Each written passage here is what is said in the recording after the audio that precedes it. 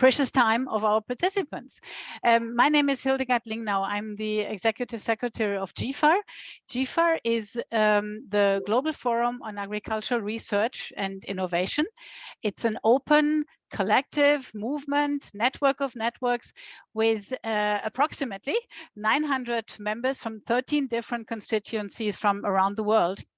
And we are happy to be hosted in FAO by FAO, and we are happy to have the director of the Office of Innovation in FAO with us, speaking straight after me. We are also super happy to partner in this webinar that we are doing as requested by the European Commission, who is our funder, and by Germany, who is hopefully getting interested in GFAR and will support us and partner with us in the future, to have a webinar with and for GFAR's members, to have an informal exchange about one of the biggest things probably happening since the UN Food System Summit in 2021. So to think about what is working well, what is maybe what do members see as challenges that we need to look at and exchange about and benefit from it and join forces in tackling them ahead of the stock-taking event that Stefanos and his team from the UN Food System Hub, also hosted here in FAO, will organize, I think, in July this year, where we will have an official stock-taking after 2 years to see how the national pathways have been able to follow up on what we discussed and agreed at the UN Food System Summit. I'm super happy that we have managed, and a big thanks to Karim, who will take you through the agenda after our director of the Office of Innovation will have spoken through the agenda. But let me just say at the very beginning that I'm super happy that we managed to get the different key actors together, starting with the countries. And we are super happy to welcome the ambassador from Egypt to speak about how they are moving on their national pathway. We have executive secretaries from 3 regional fora in Africa, Asia, and in Eastern Europe speaking to us, and we have researchers speaking to us about how they look at where we are and what can and should be done in the future. With this, welcome again to all of us. Let's work together and let's use this informal way of thinking about how the situation looks to you and how we can prepare for the stock-taking moment later this year. Many thanks, and Bess, if I may hand to you to position FAO. Many thanks. Thank you very much, Hildegard. And yes, it's a real pleasure to be here with everybody today. As I'm sure you know, FAO played a key role in the preparation of the UN Food System Summit, and we've also been tasked to coordinate the follow-up of the summit and support the development and implementation of Food System Summit national pathways. And you will know, I'm sure, that the UN Food Systems Coordination Hub has been established here at FAO, and you'll be hearing more from my colleague Stefanos on that shortly.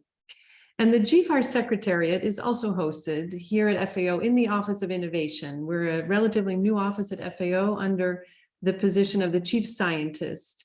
We're very pleased at FAO to host and partner with GFAR, which we see as a very important network of networks representing some 900 members across the world.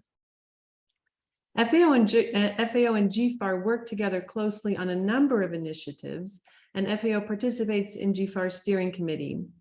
This collaboration includes UN-wide initiatives, FAO programs and initiatives, and also connecting FAO expertise with GFAR members, thereby mobilizing diverse partnerships to support the Agenda 2030 through the transformation of agri-food systems to be more efficient, more inclusive, resilient, and sustainable.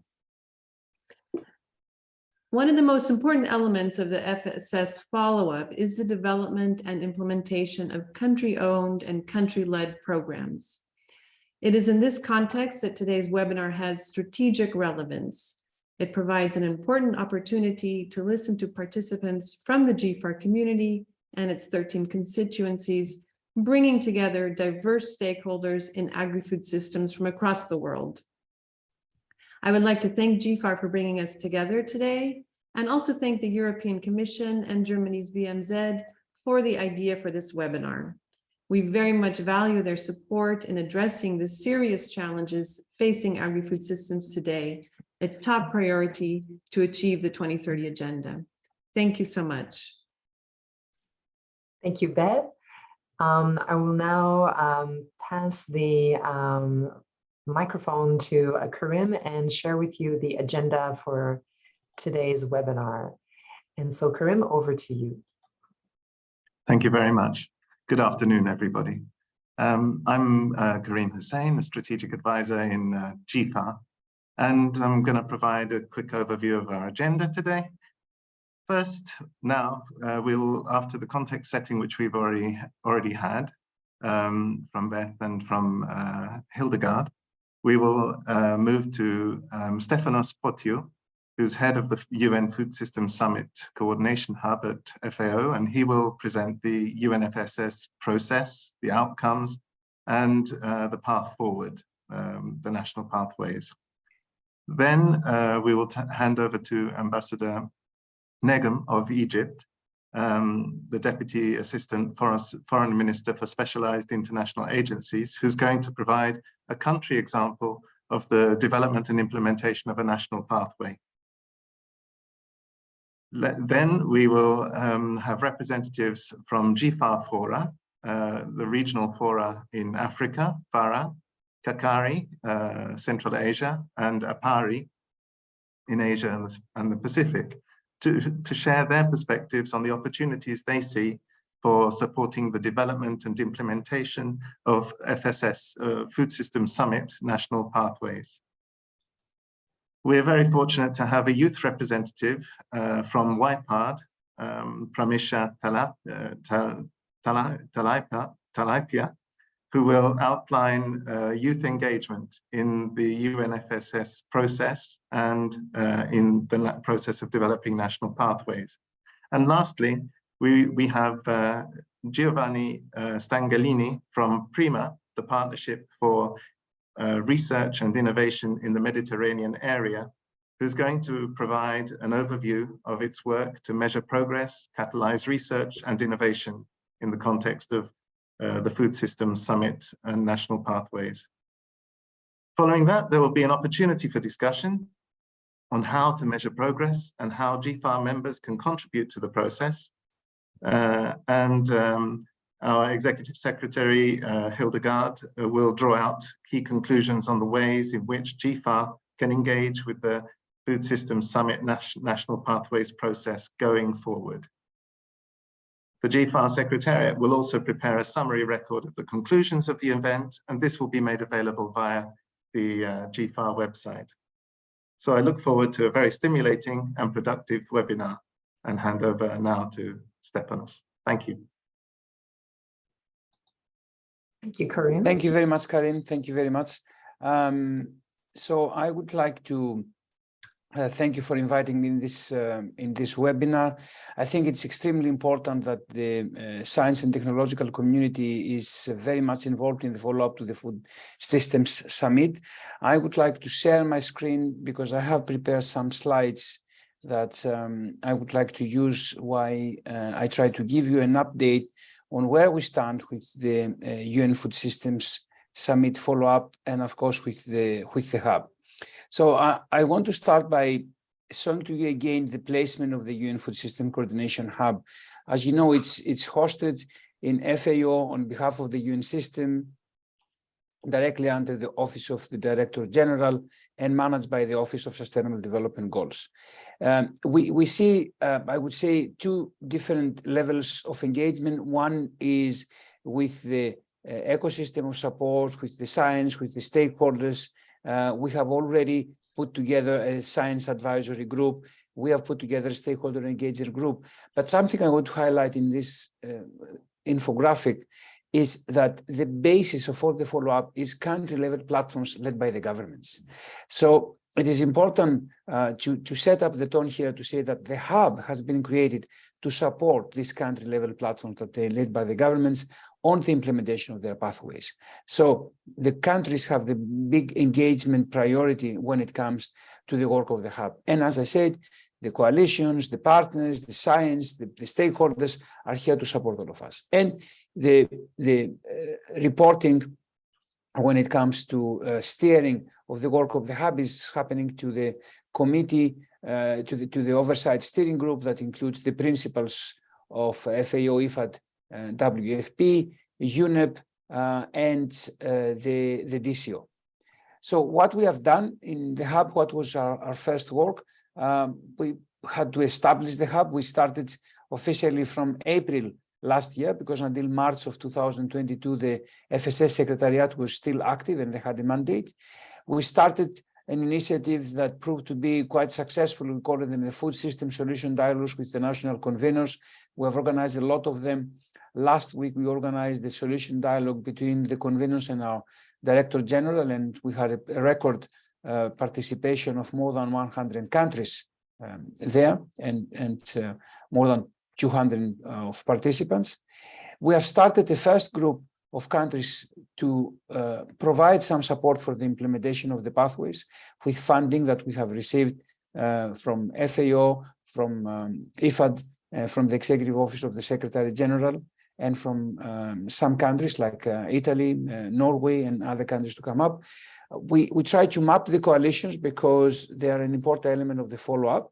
And of course, we are planning for the stock-taking moment. So a little bit of details. I want to, again, to highlight that, as I said, the countries are at the core of the attention of the hub. We exist to serve the countries.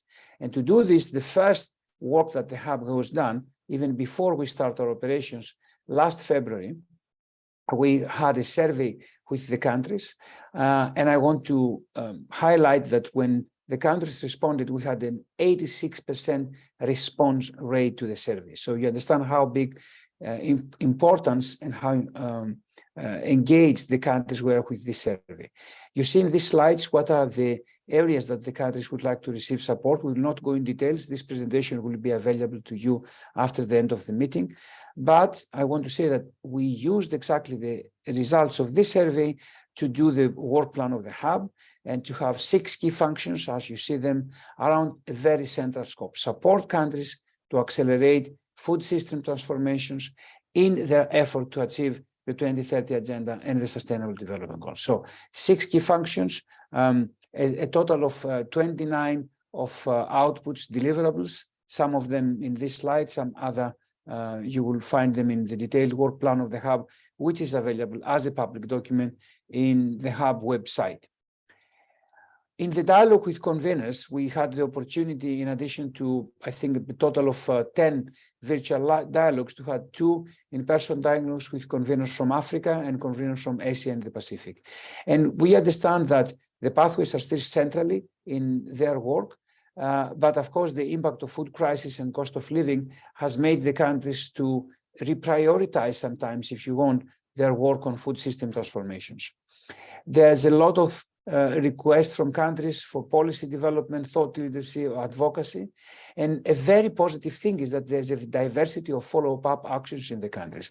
Some of them, they try to embed the food system pathways in their national development plan. Some others, they're working on monitoring and evaluation. Some others on very practical issues, for example, of food waste or specific technical studies. And some of them, they're establishing technical coordination units. And this is some of the work that we are supporting from the hub. And of course, with, as I said, with funds that they are coming from FAO, from other agencies, and from the countries. There's a first group of countries that we already have discussed with them, and we have a plan on what to do. You see these 8 countries here. When I was putting this slide together, Uzbekistan and Sudan was on the pipeline, but we have more countries on the pipeline now. And I think that by the stock-taking moment, we'll have at least a dozen, if not 20 countries that they will be able to show what support has been provided to them. We mapped the coalitions. Again, all the outcome of this mapping is in a public document that it's in the website of the hub. 3 things to share with you here. half of the coalitions, they consider themselves as being active and running, and the other half in different stages of development. The big focus of the coalition, as you see, is work at the global level, and I want to give a little bit of a alert here, because we consider that the coalitions should actually provide tools and instruments to support national level action. And that's why we are going to start running a survey with them to understand what is the offer that they have for the countries. A big focus on SDG 2, of course, when it comes to what SDGs they are focusing, and SDG 13 and other SDGs in different levels of attention, FAO and the RBAs, the larger participants in the coalitions. On the stock-taking moment, which is an event that the Secretary General has committed to a statement of action, what we know is the dates will be 26 to 28 of July in 2023. It will happen with the support of a host country or host countries. We hope that by next week we will be able to announce what the host country or countries will be and the venue. But we want this to be an event to give space to the countries to review together with the UN and the stakeholders what was the progress on implementation of the pathways. We will link directly the outcome of this event with the SDG summit and other milestone events of the next year. What we are doing right now, of course, the big attention is the planning of the stock-taking moment. We try to expand the system to receive and serve requests from the countries, to continue working with the coalitions and connect them between the countries and between them. Sylvia, which is the deputy of the hub and coming herself from the world of the UN resident coordinators, she has started a very nice stream of work where we have a continuous engagement with the national conveners, the UN resident coordinators and the UN country teams, which I have to say that this is the platforms that we use at the national level for our work. We don't reinvent the wheel. We don't go and find and establish a new platform, but the UN resident coordinator together with the directors of the FAO offices, the WFP offices and other agencies that are supporting the work, they are coming together, and then the hub taking, if you want, a more of a back office approach, while our people in the ground are the ones that they are already there from the UN country teams. Let me say at the end that it's going to be a very big pleasure to continue working with you. Unfortunately, I haven't put in these slides the new website of the hub, which is the UN Food Systems hub.org, and you are very welcome to visit and see additional information. Thank you very much, and I'll stop here. Thank you very much, Stefanos, for this great overview. Very exciting to see all the work that is being done, and that will be happening. And as you were speaking about country level, we are very pleased to have with us a country level example with Egypt. So we have Ambassador Mohamed Nigma, who is Deputy Assistant Foreign Minister for Specialized International Agencies. And so I will turn it over to you, Ambassador. Thank you for being here.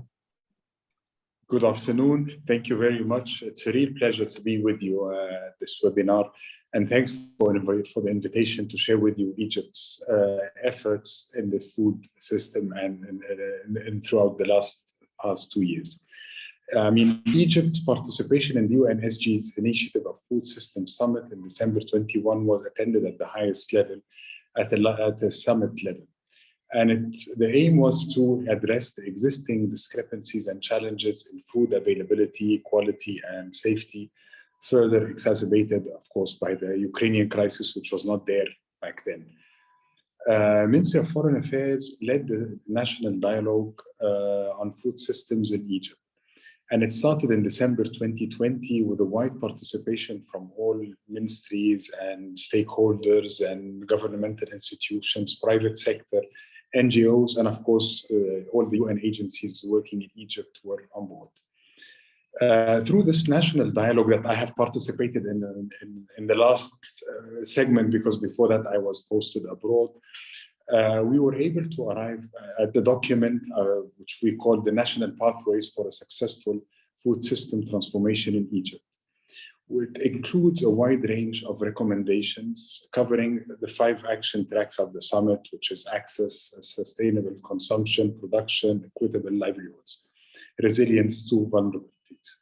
It was also decided to establish a national coordinating mechanism on food systems and nutrition in a multi-stakeholder format, which reports directly to the Prime Minister, as we wanted this to be, to give it a kind of the best effort, to give it all our efforts and to give it to the right entity to be in control of everything. And the efforts to transform into healthy and sustainable food systems come on consistent with national developmental vision of Egypt 2030 and are integrated in the national strategies and plans of action. The most prominent of such plans is our initiative, which came directly from the president. It's just called Haya Karima, which means a decent life. This program aims to developing the countryside in Egypt and improving the livelihood and the standards of living across the country, and mainly, of course, the countryside, which is predominantly most of the Egyptians live in the countryside.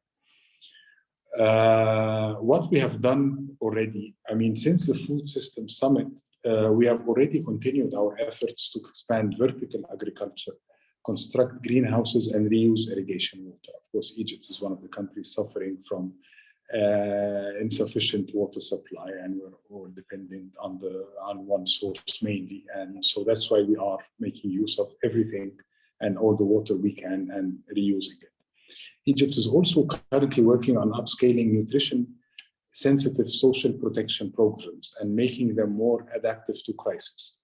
There's also a major opportunity to ensure wide access to healthy schools diets, providing around 1/3 of the students nutritional needs, through supporting the implementation of the school nutrition in line with national food-based dietary guidelines to ensure expanding access to healthy, nutritious, and safe diets. Egypt right now needs to increase its sustainable productivity growth to boost local food production, including through resource-efficient and climate-smart precision agriculture production and logistics in the old land, which helps to timely response to markets. I'm sure everybody is aware Egypt is one of the largest importers of wheat in general in the world, and in food in general, but wheat, specifically wheat and food in general, we are one of the world's largest importer. As well as we host over our population, which is around 105 million, we also host 9 million refugees and international migrants, especially that we are on a crossroad between Africa and Europe. So it's always kind of transit that a lot of migrants, economic migrants or refugees prefer to spend some time in Egypt, and sometimes they stay and they don't go. We have no camps, they are integrated in the societies and wherever they are. So we also need to promote sustainable farming and sustainable food systems. As a government, we are ready to cooperate with the FAO and the other relevant UN organizations to build a regional hub to store, supply, and trade grains. Unfortunately, we are in a region that is having some crisis left, right, and center. So definitely we can help in this matter, and we can be a regional hub, and we are open for the discussions. We need to build on the momentum created by the COP27 that we hosted in Sharm el-Sheikh lately last year, and the important contribution to it provided for the food and agriculture agenda, in order to highlight and encourage future innovation for climate resilient and sustainable agricultural practices. Hosting COP27 provided a pivotal moment for the food and agricultural agenda, and especially in Egypt. It highlighted this main issue in Egypt and in the region and in the world, of course. During the COP27, Egypt and the FAO collaborated to launch the launch of the Food and Agriculture for Sustainable Transformation Initiative, FAST, on the thematic day on adaptation and agriculture, which took place during the COP. This multi-stakeholder partnerships aims at increasing access to climate finance and investment for transforming agriculture and food systems by 2030. Lastly, but not least, but I will end it there. I know it's a big webinar and busy, and thank you for your patience. FAO and other agencies should continue the focus on encouraging future innovation for climate resilient and sustainable agricultural practices. As a developing country, we attach great importance to the issue of access to newer technology and research, and we're really counting on such initiatives that can help us in maximizing our food security and our food system.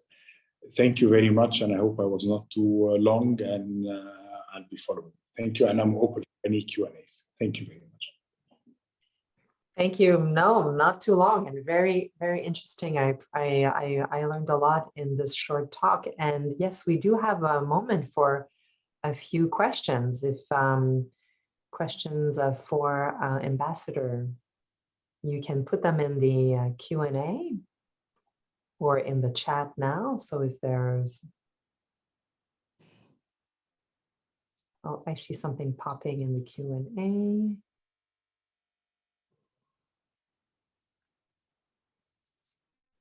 While we are waiting for people to write in the chat or in the Q&A, may I, Ambassador, ask one question? If there would be a single thing that is key, that has revealed to be key in your pathway, in your discussions, and you told us about the whole process went so far, one key thing that you would recommend others to consider for their national pathways, what would it be? Thank you. Thank you for the question. I guess, I'm not an expert to start with food security. I'm a diplomat, but of course I've been attending this and I'm following all the Rome-based organizations. But I guess one of the things that for instance, in Egypt, we need the kind of coordination. This is the most important, and maybe that's why we have put everything under the Prime Minister's or in the Prime Minister's office, because the issue of coordination, sometimes you feel that the ministries are working, everybody's doing its job, but sometimes you feel that the cooperation or the kind of coordination, so you get one thing, so you feel it. And this in our case, although we're still working on it, I can't guarantee that it's 100% on track, but we are pushing this with the coordination to have a better coordination mechanism. Because we don't, Egypt cannot afford to lose or to waste any food. So definitely, even if we're coordinating at this point, we need better coordination in the future. Thank you. I see one question in the chat. How is the system approach changing the way Egypt is planning the way forward compared to traditional agricultural or food security approaches? I don't know if you have the specific answer to this. Okay, again, it's of course, Egypt has been trying, of course, this is one of the main issues. One of the challenges always for Egypt, being a net importer of food and having always shortages, and of course affected by any crisis abroad, like the one with the COVID-19, and then came the Ukrainian crisis. So it's all affected. This was our main exporter from grains, for instance, and wheat coming from Russia and from Ukraine. So we are definitely affected. Again, it's also the issue of coordination. We can't lose, we can't waste anything. We need to make use of everything. Food waste, for instance, the FAO was working always on the food waste in Egypt to improve our systems to have less and less waste in the food, and getting more experiences from the FAO. And it's been a partner with Egypt for the past over 50 years. So we're very happy with it. Great. Thank you very much. As more countries are implementing these national pathways, it may be opportunities to have more webinars to share some of their best practices. So thank you very much for your time, we will move on now to hear from the GFAR regional forums that are supporting the national pathways. So we have three we have an executive director, a chief executive officer, and a knowledge management person from three forums. And so I would turn it over now, if you will, to executive director of FARA, Yemi Akim Bajimo, to talk to us about what the regional forums are doing.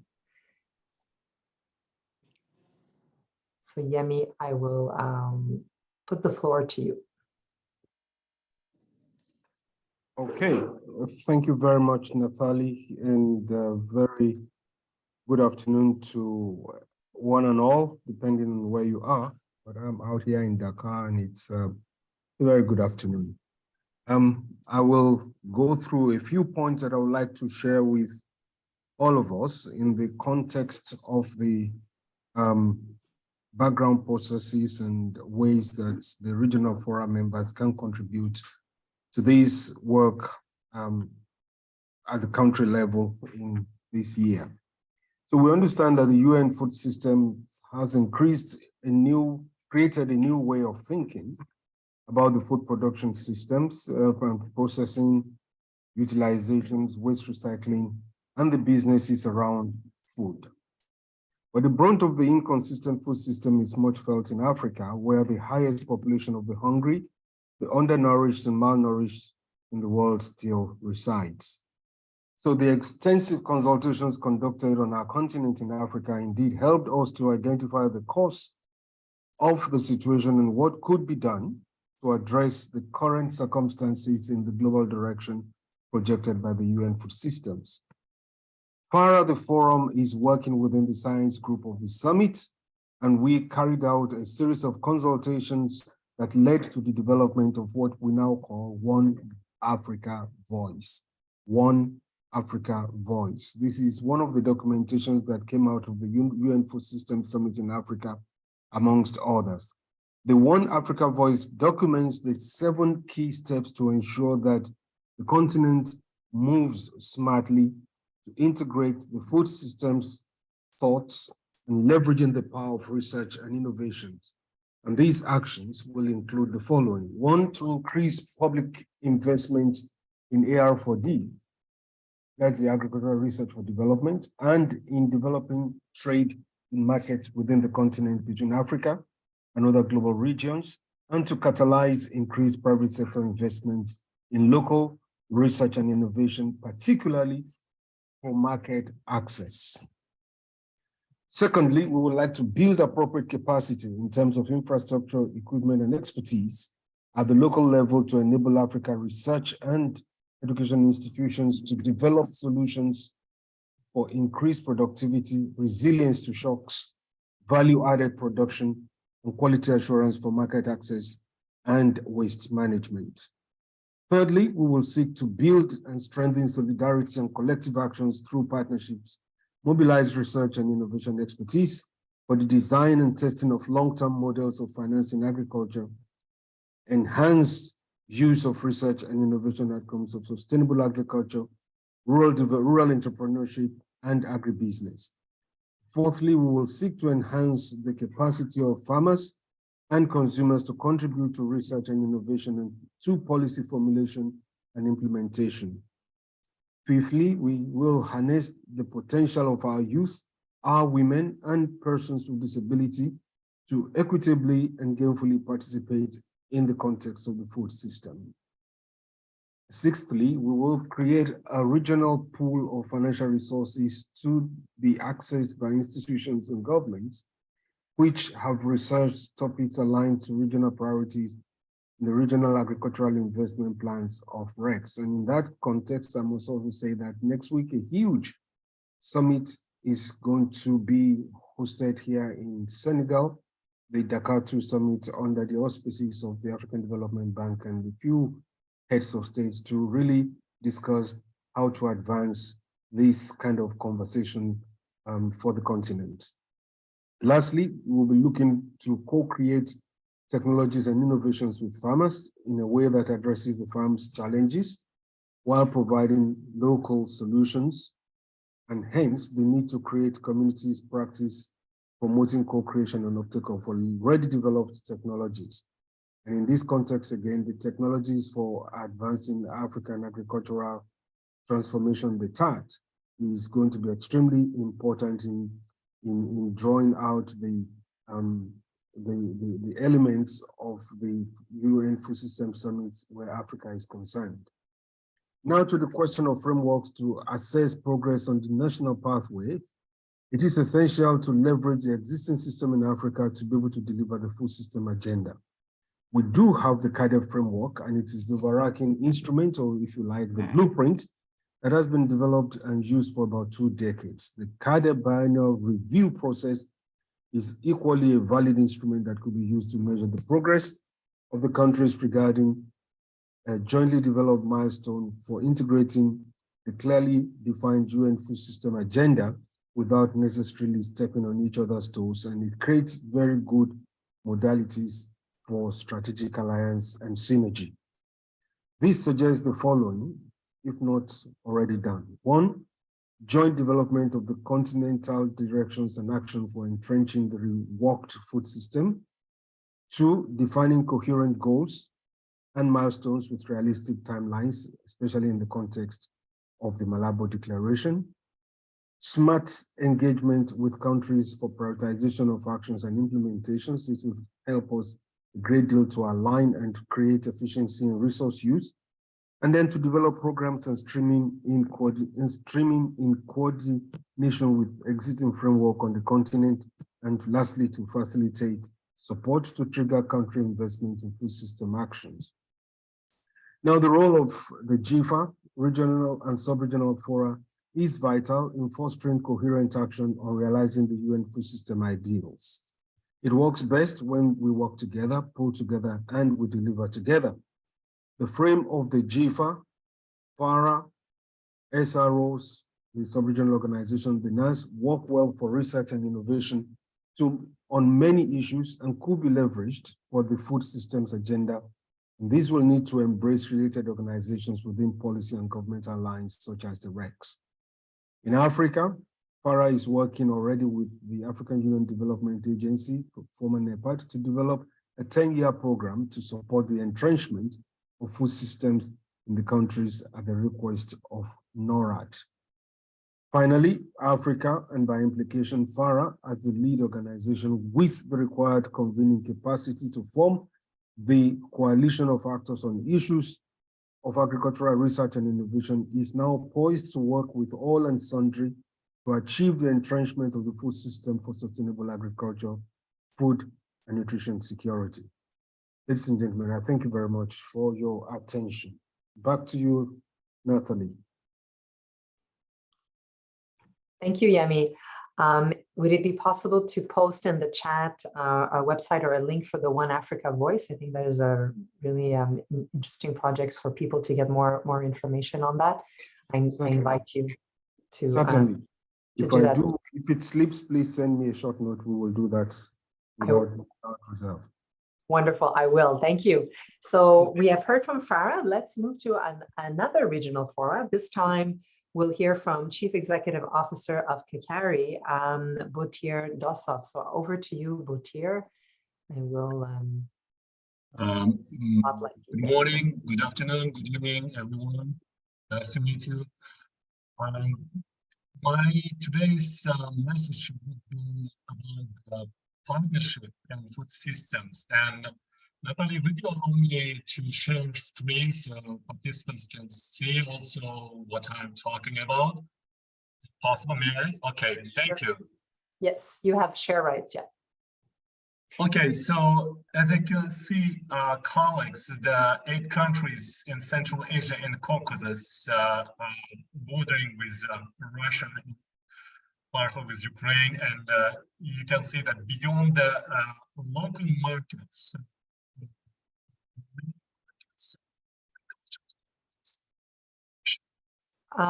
Botir, I don't know if it is just me, but your sound has just broken out. Can you hear me now? Yes, better? now we hear you. Thank you. So perhaps Okay, if you could start again, because Okay. we did not hear it broke So, out. as you can see, dear colleagues, the Central Asia and Caucasus borders with Russia and Ukraine. It's not obviously in the map, but beyond the local market of Central Asia and Caucasus countries, our main markets for agricultural commodities is Russia and Ukraine. And you can imagine now how the situation related to the food system, where the markets play an important role. What I would like also to emphasize that during the many consultations, we found that, in the food system, the agriculture innovations as a process and agricultural policies are interlinked, and it's kind of like communicating vessels principle. So the level of the agriculture innovations allow the agriculture policy to be developed, and vice versa. So that's why in Central Asia and Caucasus, and led by the kind of take homes from the GCARs, from the global conferences of agriculture research for development, we started to change the policies for agriculture research and agricultural innovations, where the research plays in one of the key roles in promoting agriculture innovations. And of course, you see there's a multiple actors, all are related, but at the end of the day, all this system is interlinked and interconnected system. And the level of the food security nutrition also depends on the level of the national innovations, the innovation policy. That's what we are promoting at the cultural level in Central Asia and the Caucasus. You can also see the evolution of the agriculture research. So just the first GFAR, the global conferences for agriculture research for development, in country level, agriculture research systems were mostly focused on commodities or some particular isolated disciplines. Now you see that the research approaches are more based on the partnership. It's not only interdisciplinary, but also becomes a multidisciplinary and multi-stakeholder process. So research becomes a part of the national agricultural innovation policy and the food system policies. What I would like to say that we have some challenges, maybe probably in some countries of Africa and Asia, that the low investments of agriculture research system. And you see in developed countries, as a percentage of the agriculture gross product, more than 2.5% goes to the research, and about 0.5% in developed countries, and in the countries of the Central Asia, it's 0.1. But regardless, we still follow the principle that we need to deliver more innovations to the fishes at the last mile.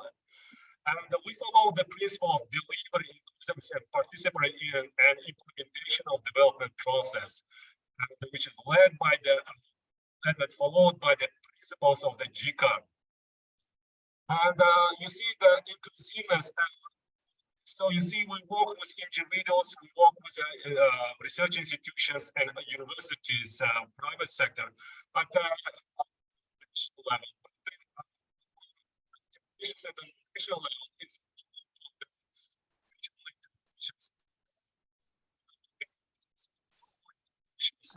Botier? Yes. Botier, I'm sorry, your sound is breaking out again. Perhaps if you could. Probably is maybe because of the connection. I'm sorry. So, but still, you can see some message from my presentation. So we have to focus more on the and participatory and this in the pathways of the food systems.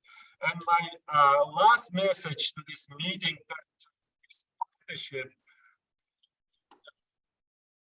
platform for partnership should be transformed into polyforms because we have multiple research disciplines and multiple domains to address multiple challenges, and we have multiple stakeholders, and we have also diverse tools for this pathway. See this pathway.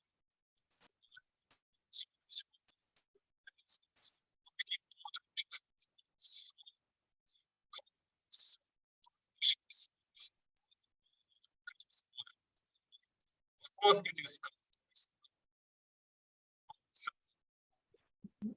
Botier, I'm sorry Yeah. to interrupt you, but now the sound is cut. Perhaps someone you, is cut. I'm yes, sorry. so we heard half of we heard a little bit about this Polyform platform, which is very interesting. Perhaps if you could just summarize the slide. Yes, so this is my main message for the meeting, that the partnership now is multidimensional. It requires new approaches because traditional ways for partnership and pathway is not efficient anymore. So that's why we have to create a partnership and pathways with multidimensional link with multidimensional linkages, linking with others. So it's the session.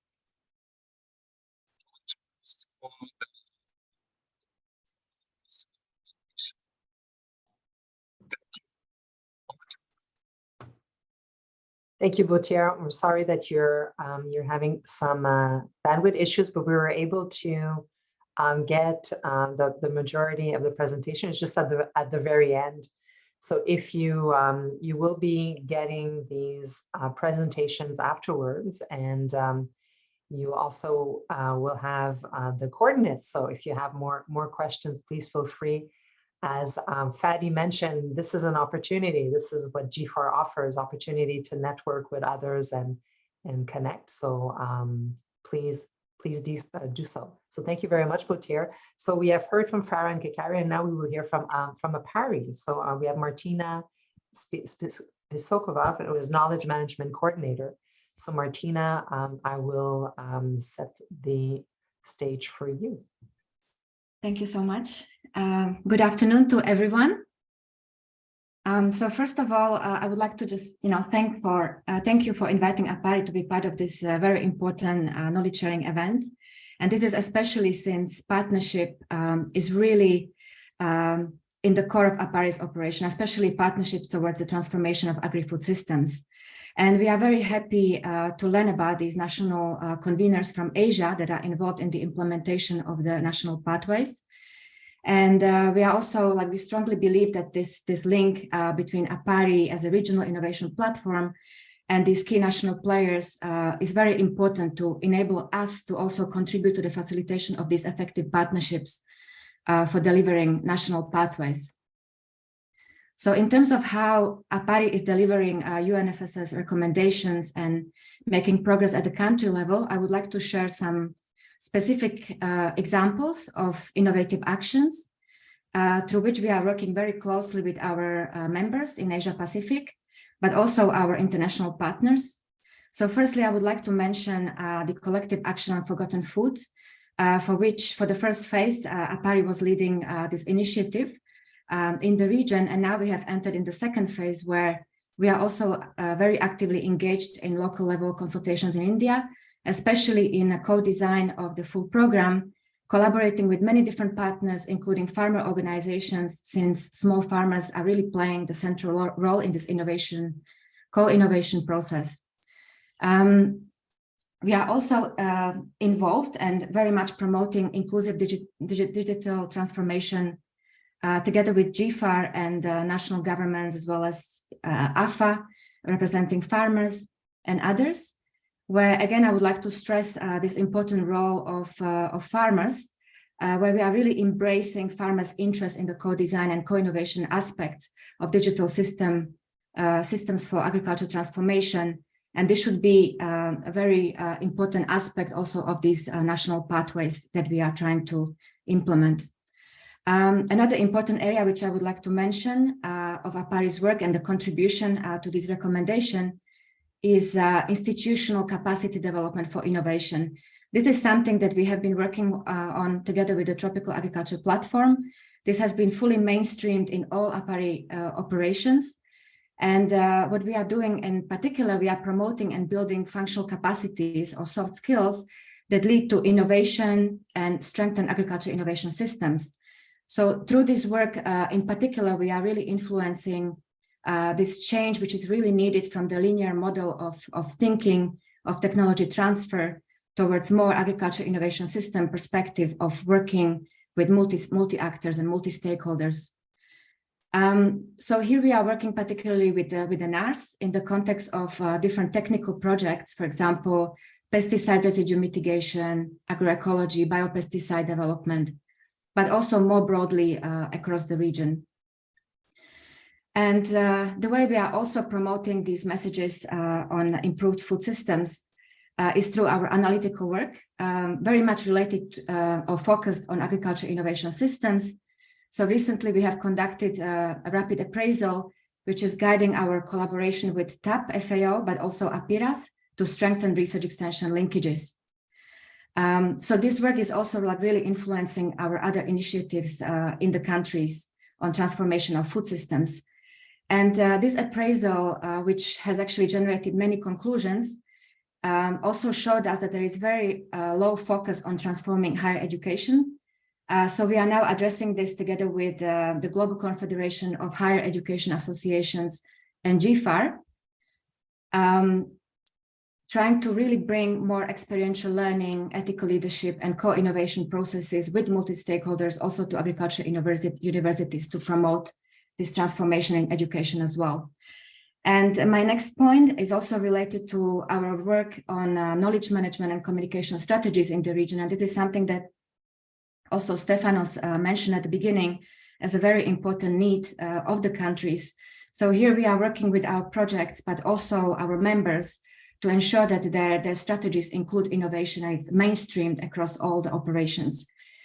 And lastly, we have started working on our next strategic plan, where we are going to be embedding these post-UNFSS recommendations more rigorously. And this, we believe, is going to make our strategies even more aligned with the 2030 agenda.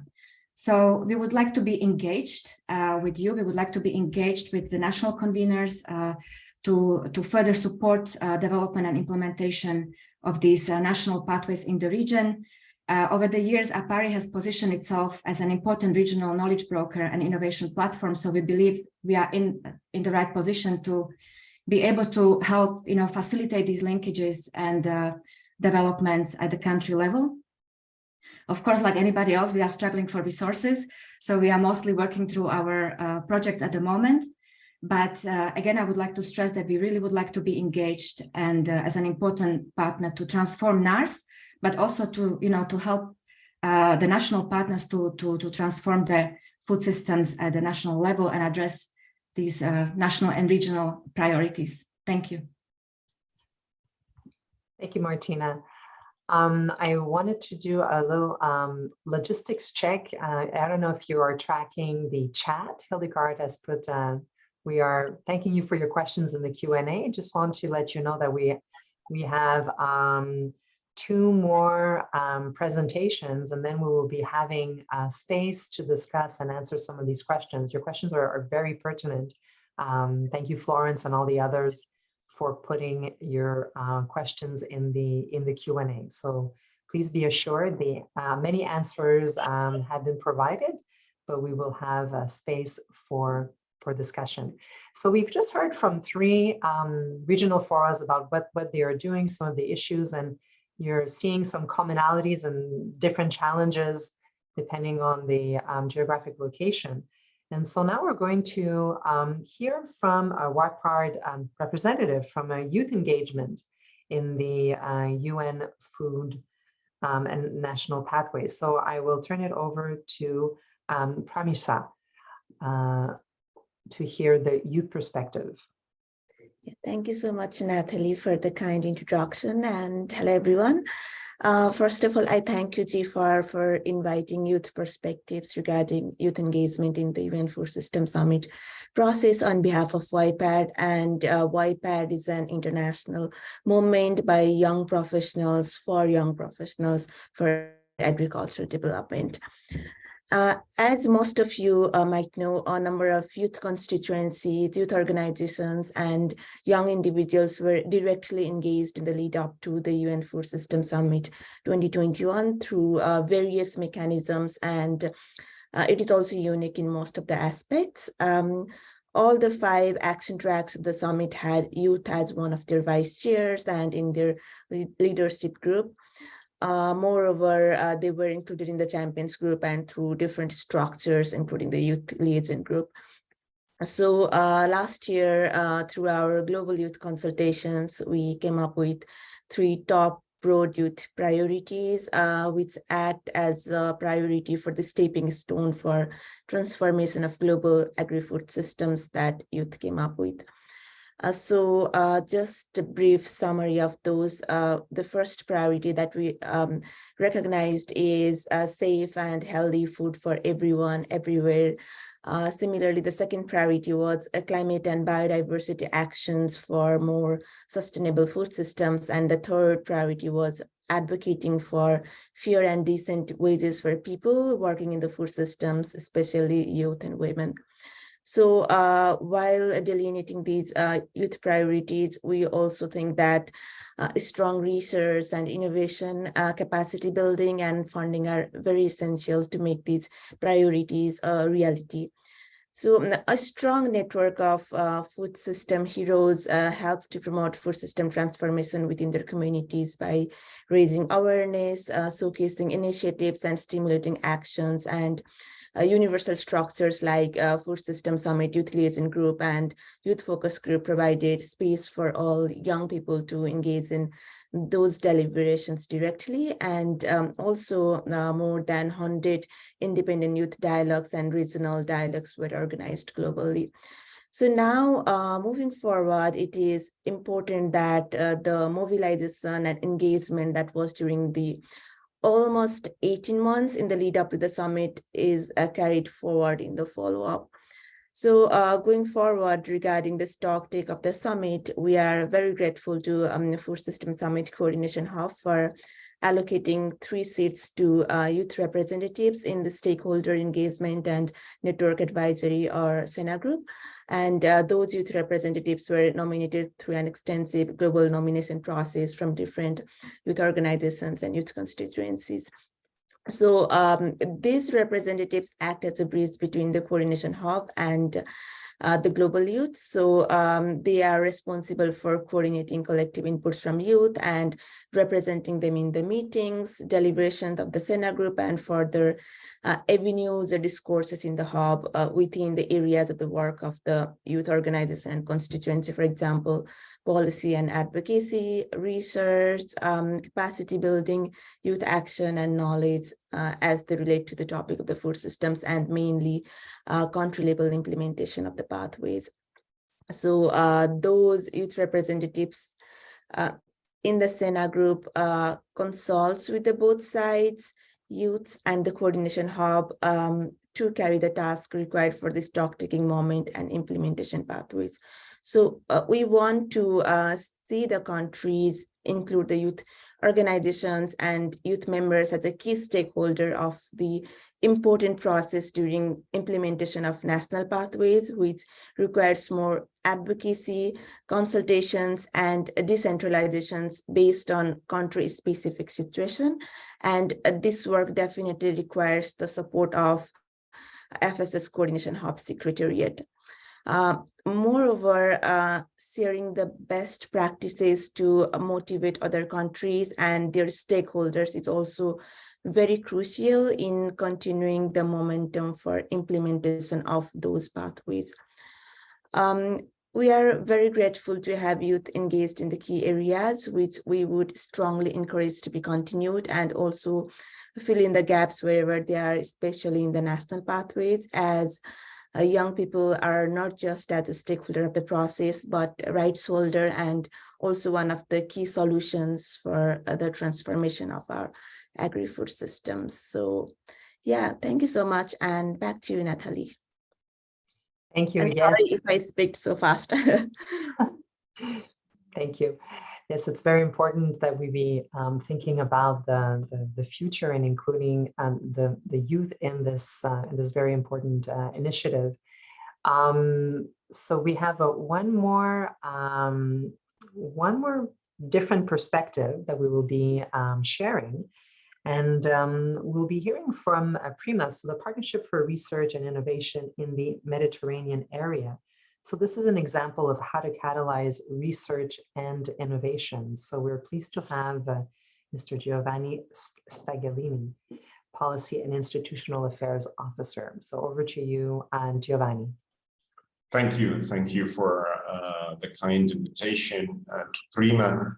Thank you for the organization of this webinar to GFAR. I will share some slides to briefly introduce how PRIMA is working and PRIMA, what is it and how does it fit within the context of the United Nations Food System Summit stock taking and the contribution we gave to the Food System Summit. We are located, our regional focus is the Mediterranean, and here are shortly illustrated some specificity, some specific challenges that the Mediterranean is addressing, and in particular in terms of food security, but also adaptation to climate change, water scarcity, which are of course very much interconnected one to the other.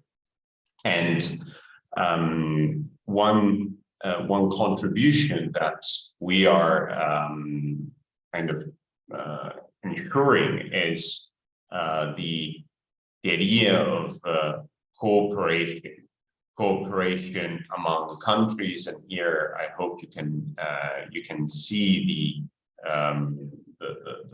the slide with the chart of the 19 countries which are involved in the partnership. PRIMA, as I said before, stands for Partnership on Research and Innovation in the Mediterranean area. So it's a partnership which focuses on the Mediterranean, on research and on innovation. We have 19 countries which collaborate together with the European Commission.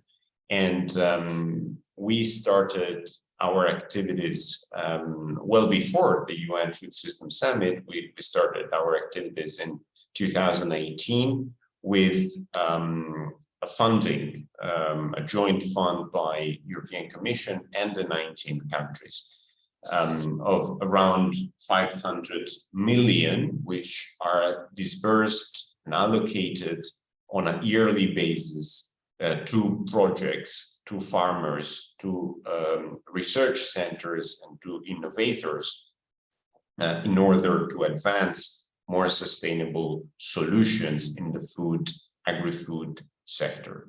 So the main focus is fostering, promoting solutions, innovative solutions to address some of the challenges that are specific to the Mediterranean and some that, of course, are unfortunately global, such as, for instance, the issue of food loss and food waste, where we have a variety of projects which promote the shelf life of certain products, especially fruit and vegetable, in order to ensure nutritious food of good quality, and of course reducing, as I said, food loss and food waste. We have projects that are introducing technology,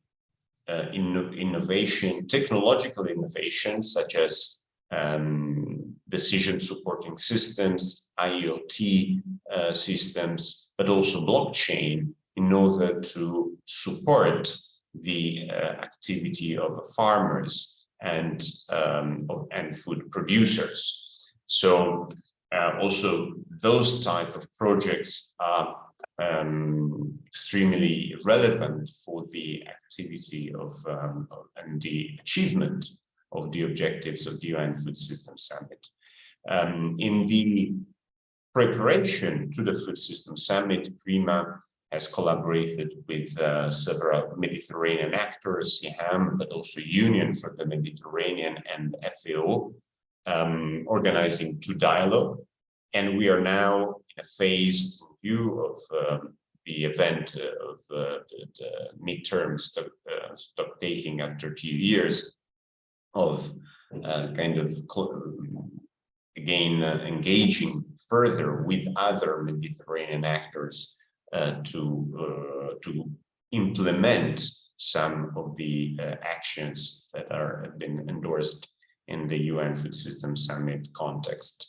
What I want to stress is also that through this partnership, the 19 countries, which of course have different level of specificity and priorities, nonetheless, they have adopted a single scientific agenda, research and innovation agenda. So there has been in the years from 2015 till 2018, 2.5 years of preparation in which the 19 countries have aligned their scientific priorities, identified specific topics, many of which, of course, are convergent and relevant for the Food System Summit. And so the partnership has helped, has promoted this alignment, which is, of course, very useful and very detrimental to achieve the global goals we are facing. And this is one of the added value of partnership. Our partnership is also based on the principle of equal footing, meaning regardless of the level of finance that each country can allocate to contribute to this partnership, then of course everybody is on the same page, of course from a scientific point of view, but also in terms of chance and opportunities to receive funds, and this idea of equal footing is also an important element of cooperation. So one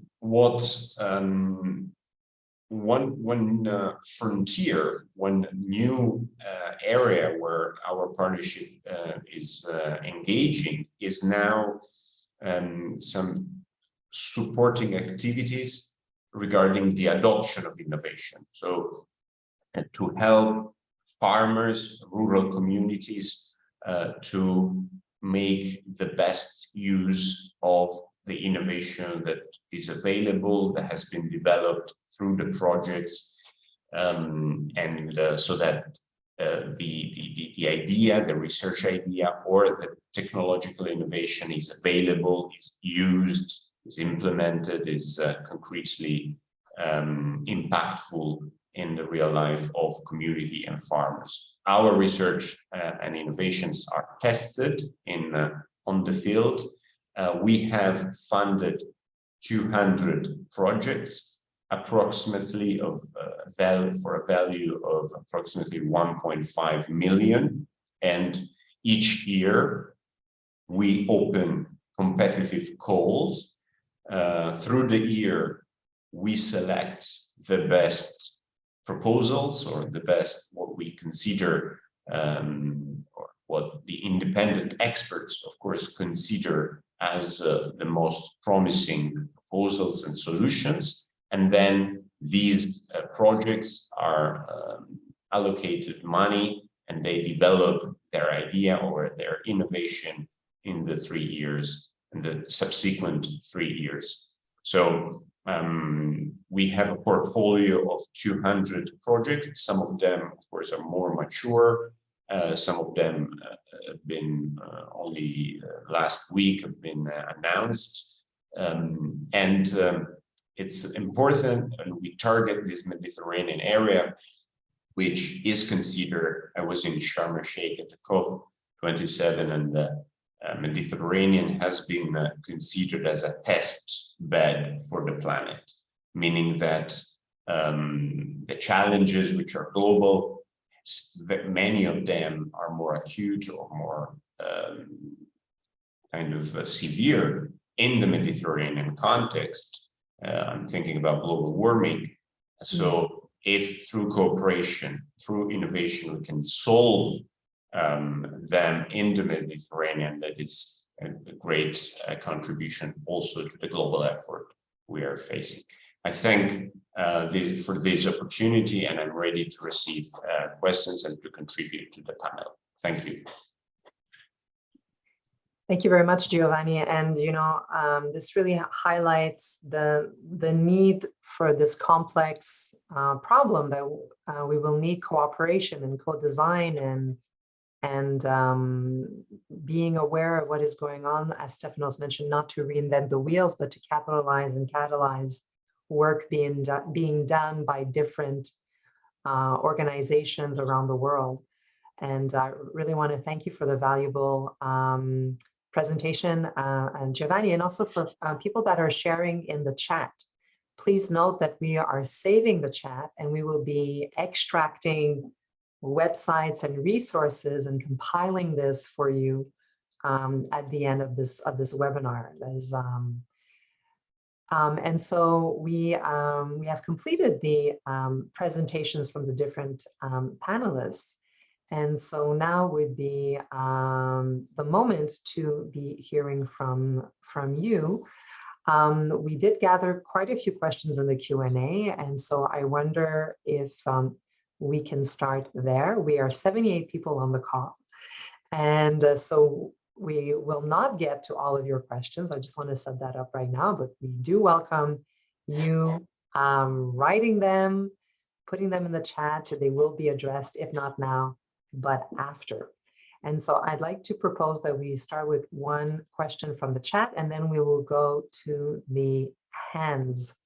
So if you want to ask a question of the panelists, and I would also request that we stick to our topic, because sometimes we are tempted to ask questions outside of our topic, but our topic today is how to implement these national pathways. So Christian, I wonder if you would like to start with your question.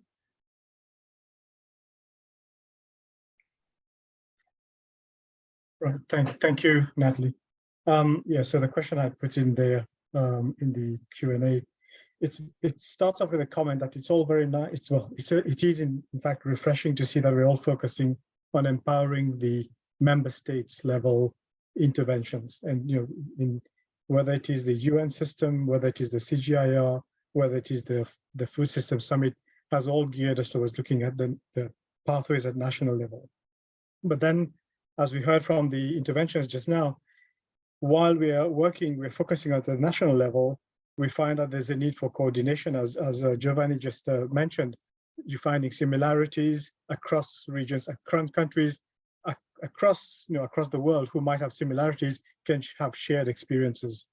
And but again, it goes back to leaving a top-down approach to bottom-up. But then my question is really, how are we enhancing that bottom-up approach to bring up to empower the countries to share their experiences with others, so that we can build up on the commonalities that exist? And to me, I find that the whole network of GFAR, the regional organizations and sub-regional organizations, have a very well-established system of communication and interaction that has been running for at least 20 years. So perhaps the question would also be how can the hub learn from the experience of GFAR in terms of coordination, but ensuring that there is a two-way dialogue. So we might see it as a hierarchical system, but there's a need for this for this vertical communication up and down the system, which I think is really important. Otherwise, we might fail by empowering local interventions without enough coordination amongst themselves. Thank you very much. Thank you very much. So I wish we had more time to talk about partnership principles or different things that GFAR has been experimenting and is offering. So who would like to take an answer or a comment for Christian from the panelists who'd like to respond? And again, I encourage you to respond succinctly because we already have several hands up and other questions.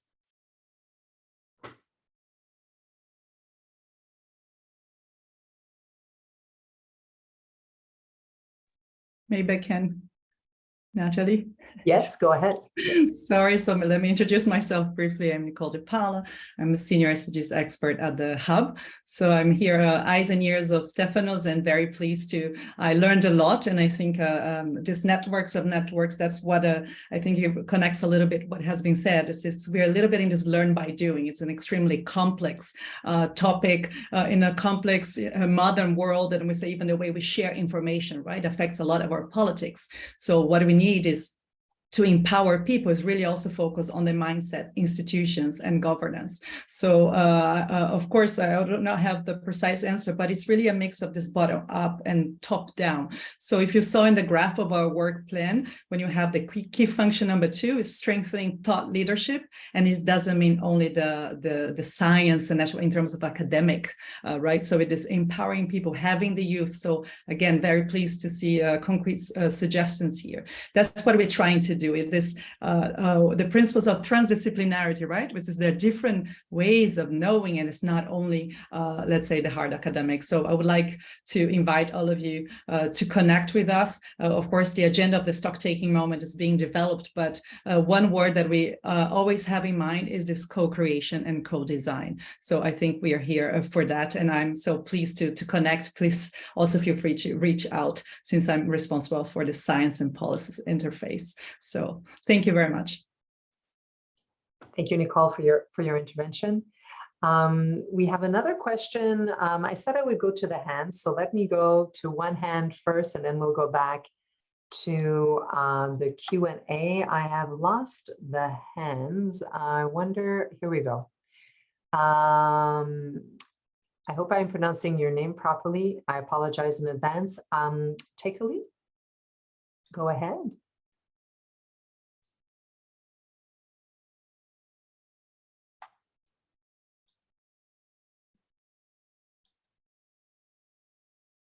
I think you are muted. Takali or Takali, would you like to ask your question? Thank you very much. Yeah, this is Takali from Ethiopia. I am the Thoughtful Food Ambassador for East Africa and also Executive Director for a national NGO working on food and nutrition security. I really appreciate the presentations given earlier. But my question is, I mean, nutrition insecurity, particularly as manifested in stunting and wasting, is critical in my country, and then the same holds for other African countries. And then the other one, not only producing the food, but the produced food are lost, and post-harvest losses are very critical. How these critical issues are integrated in the national pathway so that attention will be given. Thank you very much. I'm sorry, at the very end, it cut off. Was that your, so do you have a question to the panelists?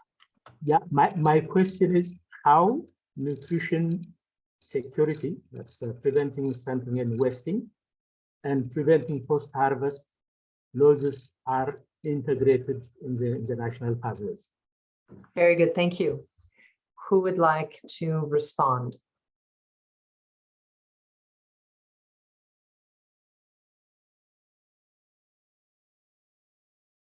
I see folks taking notes. We'll give them a moment to reflect.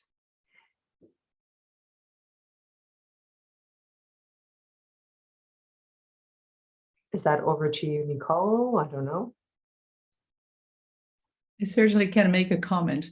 Thank you again. Very important question. And what I think this question connects one of the most important opportunities that we have for food systems, right? It's improving. And I really like the phrase that we heard in one of the conveners dialogue we had in Asia.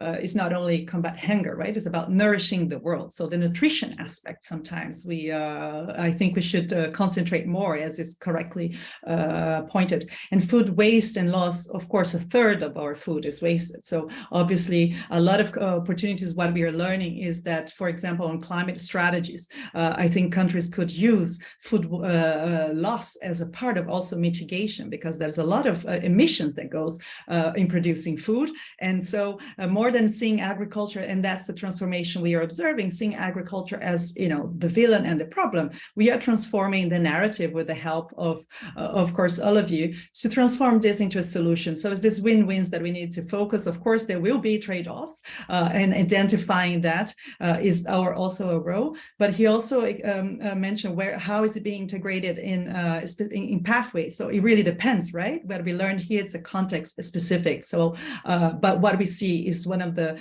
top 3 priorities in really having impact in connecting agendas these days. Thank you. Thank you for the response. Is there anyone else who would like to add something, or I go to the next question? Oh, maybe I could just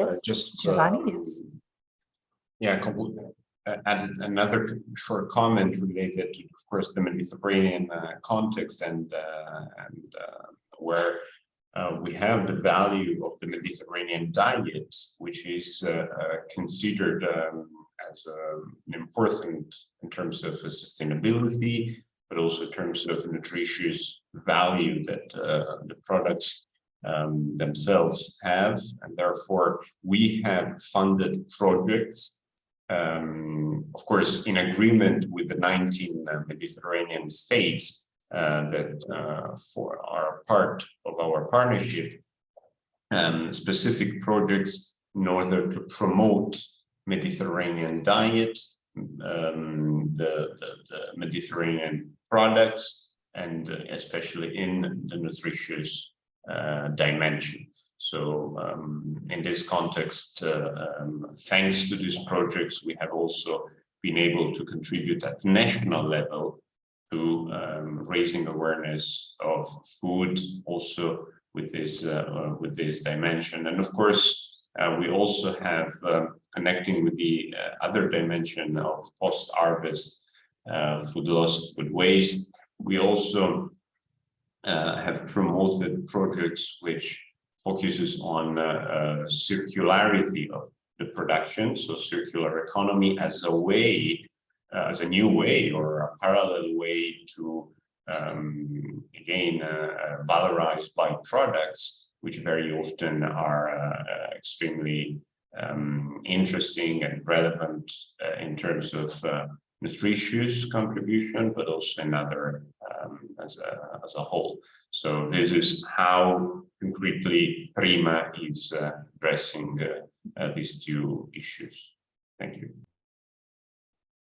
Thank you, Giovanni, for adding this. It could be a whole other webinar, it seems, to talk about the nutritional aspect of food systems and even this whole circular concept. Thank you. I will move on to the next question in the Q&A. I see that it has been answered. I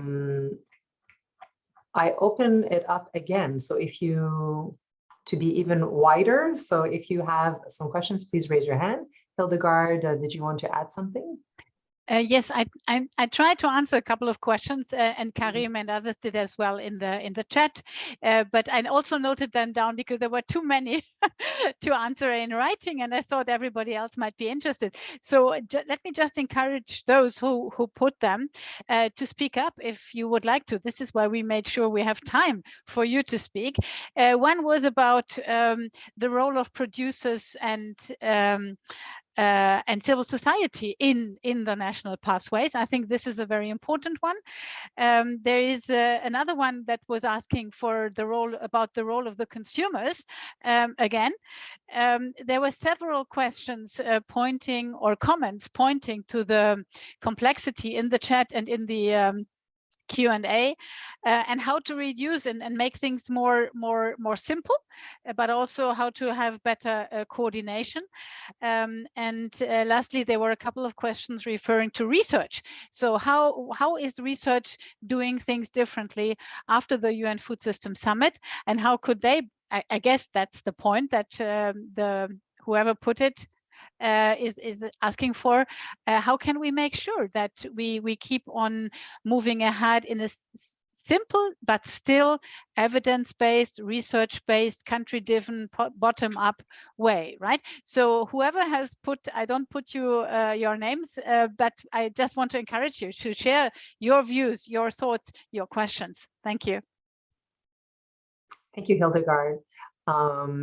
We did have a question from Oliver Oliveros. What do research institutions and the regional fora do differently now in an effort to contribute towards food systems?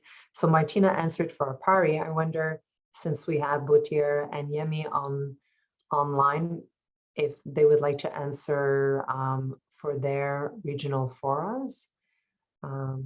If you have something that you would like to add, I know that you have already presented something, so I'm just putting it out there and also encouraging others to use the floor. This is your opportunity. I'm not seeing any hands up yet.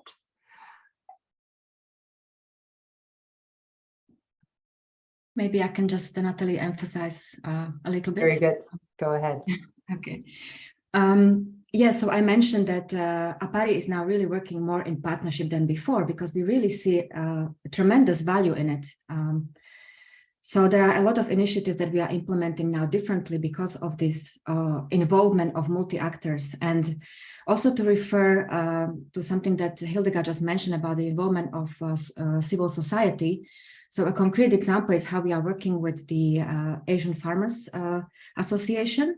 So what we are really seeing is that, you know, once they take the ownership and once they are involved, incredible things happen in terms of how they are driving these initiatives at the local level.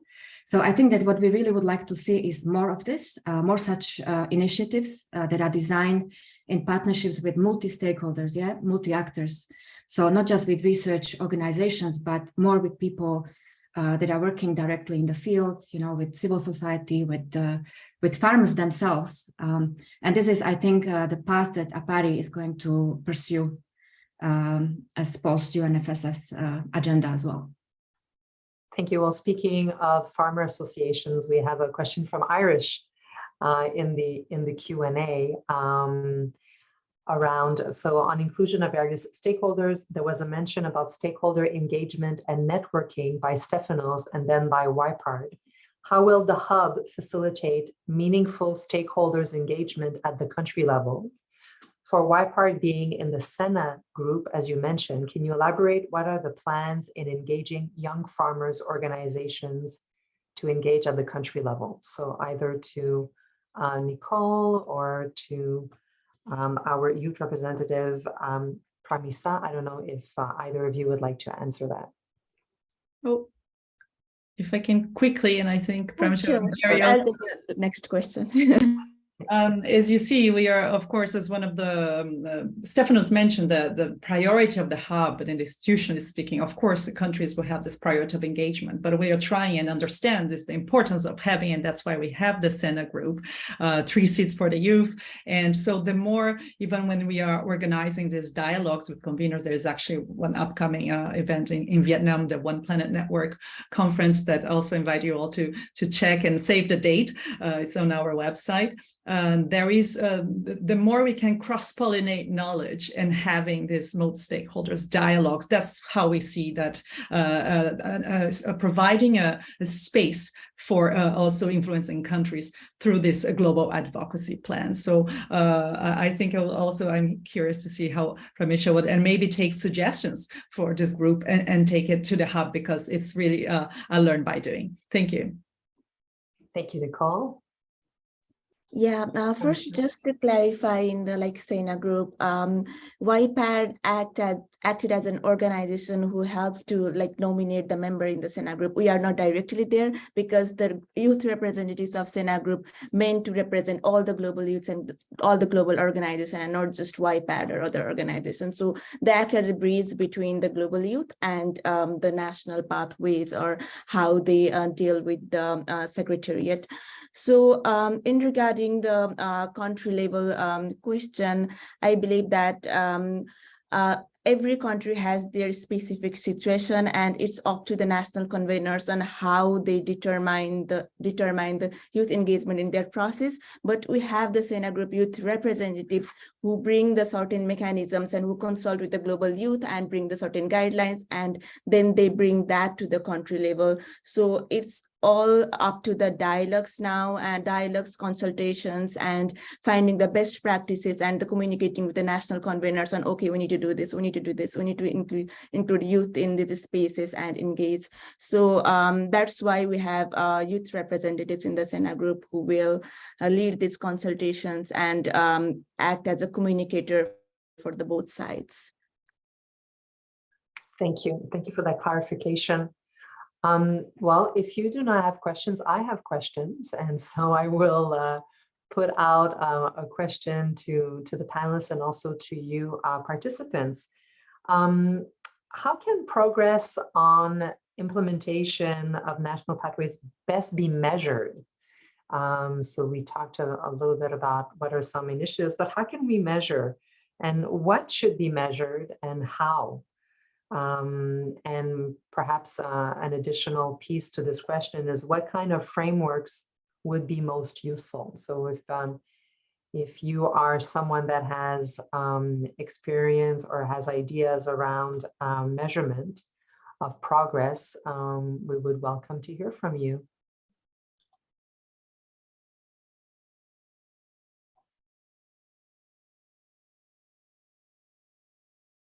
And Simon has asked for the link for the Hub website. Absolutely. You will be getting, in the minutes of this webinar, you will be getting the links to everything that was referenced.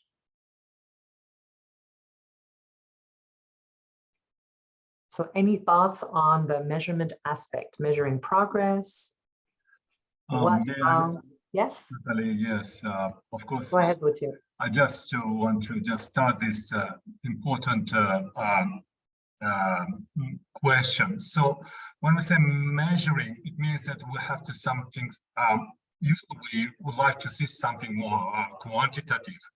Quantitative means that we have to have some indicators, and those indicators, first of all, we kind of should have what is a baseline, what is a time being, and what our interventions is making changes, what changes are making, and this is would be kind of the main measures. And again, about the indicators, they could be diverse, as was during the chat and during the presentations.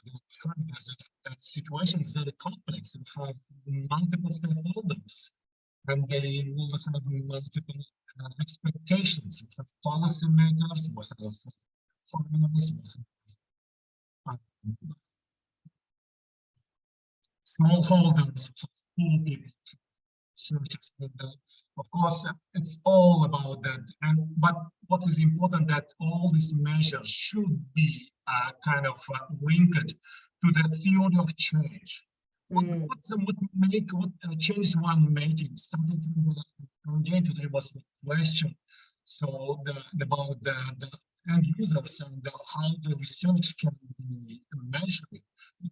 Of course, we can measure the number of the research papers, but that's not how research is.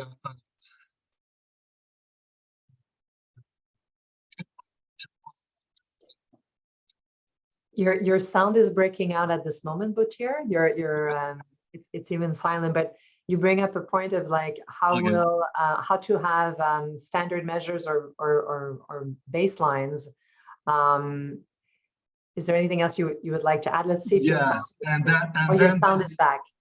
And those indicators should be at the impact level, outcome level, and output level. So we have to see that also impact, and the impact should be communicated broadly through the consultations and through the impact pathway. So everyone on the same page and we understand what we are doing and what each actor of this food system is expecting from that intervention. Thank you. I don't know who should be taking notes on this, but it's a very important point. Hildegard, your hand is up. Did you want to respond to this question? Yes, I wanted to support what Theo was saying. It's indeed super important that we monitor progress and that we communicate accordingly. While I was preparing for today's meeting, I was looking at a publication that was done by Nicola's team. So Stefanos and Nicolas and her team on country needs. And they come up with a whole range of recommendations, among them number 3, monitoring progress. And what they suggest is identifying milestones to keep the momentum. And I think this is something that we could consider doing in a follow-up to today's exchange and in the run-up to the stock-taking moment in July. So that, I mean, I have been involved in the designing of the SDGs years ago, and we tried to get together this monitoring framework, which is super complex. And having spent most of my life in countries in the global south, I know how difficult it is to get these numbers together. So if at least we can follow this recommendation and identify some key milestones in what needs to be achieved when and by whom in order to make the transformation of the agri-food system happening. I think this is good recommendation. And for all of us, and thanks for joining today again, for you in the countries, from representing the different stakeholders and the many people who need to work together in order to make any progress, to agree on a framework that has key milestone, and not only for us to monitor, but also to advocate. And that's the other recommendation, number 5, communicate and share information so that we have a joint advocacy for the transformation of the agri-food system. Thank you. Thank you for this addition, Hildegard. We have a question in the Q&A I would go to, unless someone else would like to add to my question of measurement. I'm just going to pause here, see if there is any. Just quickly. Yes, Nicole, go ahead. That's a great question, and I'm glad others went before me, because it's a difficult one, and definitely the one I just want to say that's for the group we're going to have, the scientific advisory group. It's the heart of I think the conversations that will happen there. So just to share that definitely is ongoing progress and something that is an absolute priority also for the hub. Thank you. Thank you for this. I was going to go to a question that has disappeared. I think it has been answered, but I will still not mention it. We still have a few more minutes. It's from Fadi. Fadi was asking if any of the speakers are using the digital extension in agriculture, such as farmer-to-farmer videos. And this is part of the agenda, and have you engaged with others who work in this digital agri extension? I think that's like, we had Martina and Botier who answered. I wanted to know if anyone wanted to say something. You will have access to the Q&As, and so I don't want to repeat what has been said, but does anyone want to talk about the digital aspect of farmer-to-farmer communication? And I wish that Valeria or Alessandro were here. I'm sure they would have something to say about the collective actions, but Hildegard, yeah. You want to Yeah, take it? since our expert is not with us today, I'm sorry, Valeria, you just mentioned her. She is coordinating for GFAR, the Collective Action on Inclusive Digital Agriculture, which may be part of the answer to the question or the challenge you are mentioning. We are also working closely with GFRAS, an extension network, on how to, best advise or give access to small-scale producers to get whatever they need in terms of being included into digital agriculture, having access to digital agriculture. So watch out or join our collective action on this. And we will have Valeria back next week and hopefully be able to follow up with you on this important issue. Thank you. Yes, you should also, if you're interested in this topic, please look at the response from Martina, who talks about something that happened at the Indonesian Center for Agricultural Training. So I'm creating some teasers there. Let's see. Stephanie was responding, during COVID, various digital tools appeared for extension services. Thank you. So we've got some more references here. So we are at 12 minutes left in our webinar. Still time for one more little question or comment before we go to Hildegard, who will close for us and remind us of ways that GFAR can engage with and support the development and implementation of the national pathways. So last call for comments, and thank you so much for engaging and being so generous. So we have two hands. All right, let's go to, well, I'm sorry, I'm just scrolling here. Florence, and if we can quickly get the question so that we can go to Dr. Singh, and then this will be the end of our questions today. Yes, Florence, I would like to you. Can you hear me? Yes, we can. Okay, wonderful. Now, I wanted to follow up on something Giovanni said before.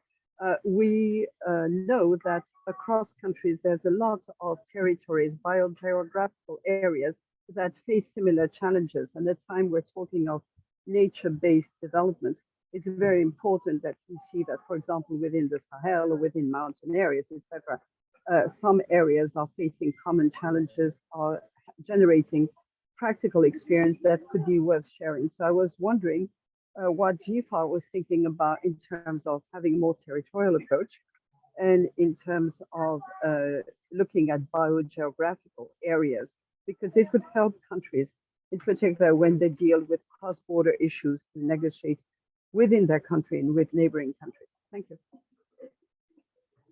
Thank you, Florence. Anyone want to respond to this?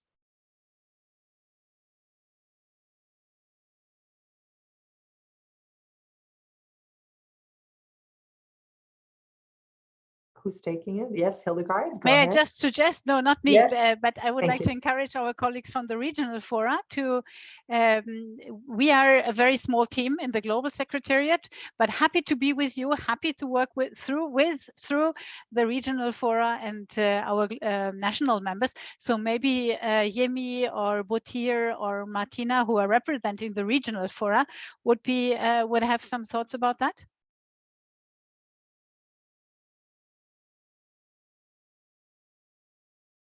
Sorry, my connection was not good. Can you please repeat the question? So I'll try to respond to it. What was the question? Sorry, my connection is not good. Florence, was it you who asked Yes, the question? Florence. Yeah. Yes, Florence, if you could, if you could summarize for us what Yes, you. no, I was asking whether GFAR was considering, and of course, a national and regional research institutions, we're looking at biogeographical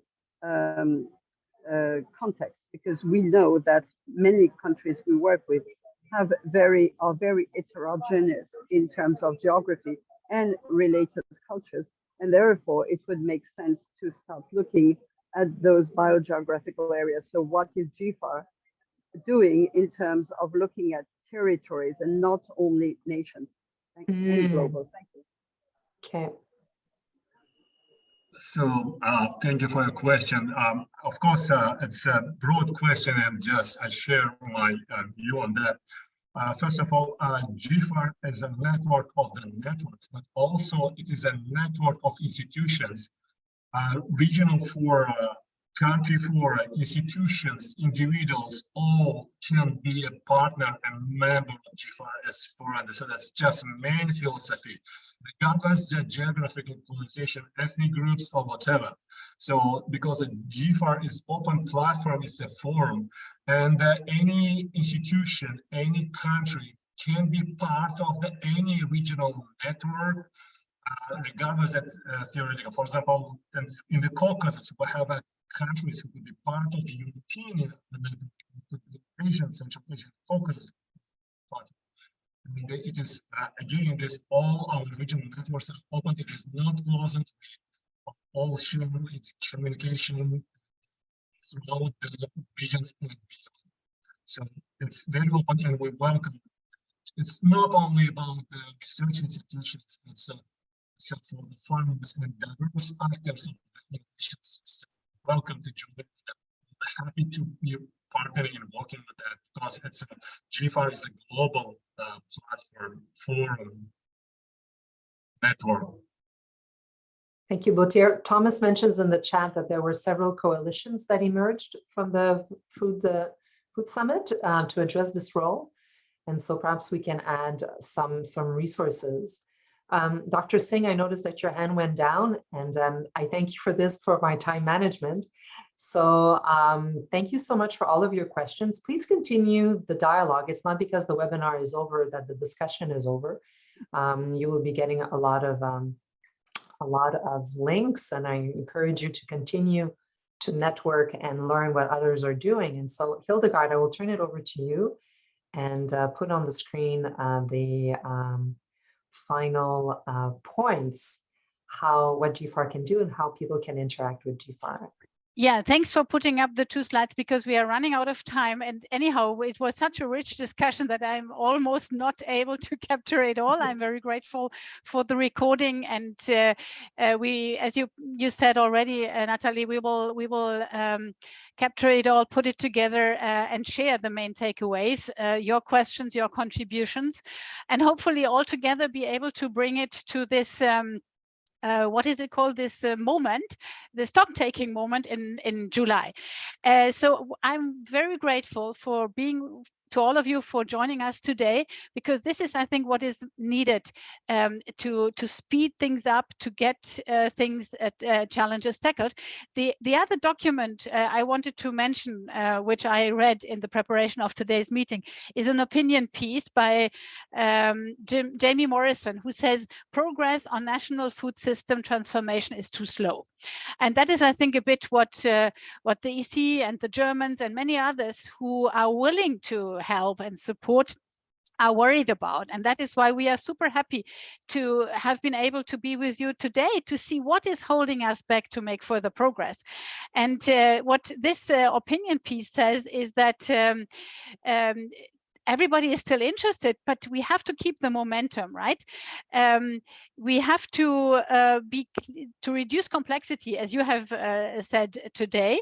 Then there is still a lack of clarity on who is doing what and how it could all come together. This is very much what we have heard today as well.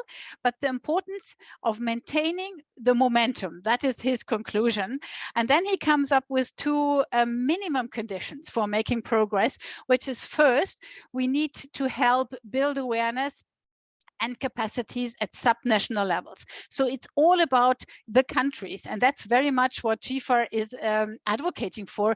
It needs to be driven by countries. It needs to be owned by countries, and not by governments only. That's what we heard clearly today. And in GFAR, we have 13 constituencies that need to come together to make this happening. And the second conclusion is we have to initiate dialogue between ministries and all the other important actors and get them aligned and coming coming together in the national pathways. So I think these are good conclusions. There are good recommendations. Also, I quoted the other survey that was done by the UN Food System Summit Hub here in FAO. The country needs surveys, so where they put together what they have heard from countries. And again, they say we need to prioritize, we have to have funding, we have to leverage connections, existing tools, existing knowledge, existing networks to make this progress towards what was agreed in the SDGs and in the UN Food System Summit happening. So GFAR is happy to do that. We are a big network, I said already, thanks to you, almost 900 members, all key actors in the transformation of the agri-food system from 13 different constituencies. So not only the governments, not only what the national agricultural research systems, but all the other constituencies that I'm so happy to have participating today, like YPART, Women's Association, civil society at large.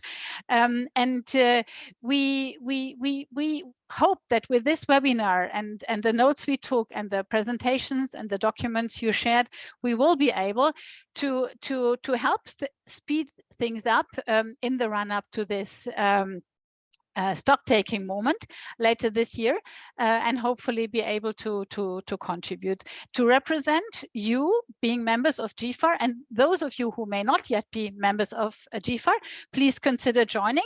All you need to do is you go on our website and express your interest, and maybe one of my colleagues can put the website in the chat box. You only need to join our ambition. There is no nothing else to be, no form to be filled, no participation fee to be paid, and then we try to work together with you in concert to connect you with other stakeholders, but also providing hopefully access to more funding, to more investment coming, and to join forces in very specific collective actions, as two that have been mentioned today on forgotten foods and on inclusive digital agriculture. Together, we will hopefully be able to influence the agenda globally and to make things happening. And for those who want to support us in other ways, like potential funders being with us today, please, you can do so financially by contributing to our trust fund, but also technically by providing your expertise, or in kind inviting us to our members to come together so that we can effectively join forces. I would like to thank you very much for joining today's meeting. We will try, we will do our best to get it all together and bring it to the next step. A very special thank to Natalie for taking us through this big event with so many participants from around the world and all different constituencies. Thanks to all of you for joining.